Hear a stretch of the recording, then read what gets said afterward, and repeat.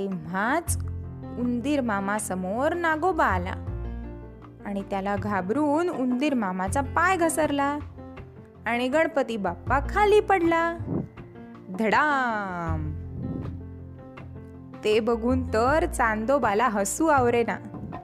तो खो खो हसायला लागला. उंदीर मामा घसरले, गणपती बाप्पा पडले. उंदीर मामा घसरले, गणपती बाप्पा पडले.